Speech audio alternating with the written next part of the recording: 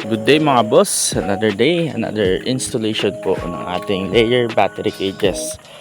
Continuation po ito boss ng in-upload natin na video kanina, no? So time check po sa mga oras pong ito, around 11 PM na po.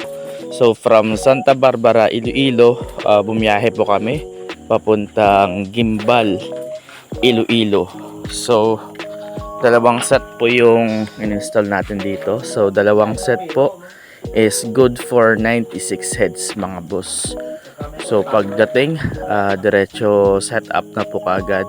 And dito po inaayos na po namin yung water system nya.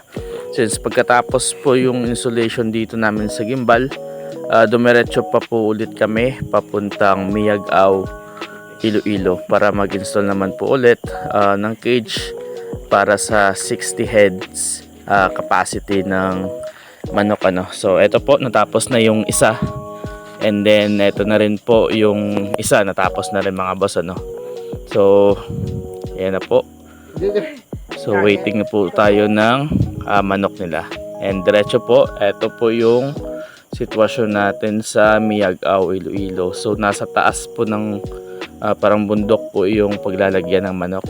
So dito po kami nag-assemble sa kalsada lang mga boss. So hindi na nga rin po tayo nakapag-video sa taas since mataas po, and then pagod na nga po tayo ano.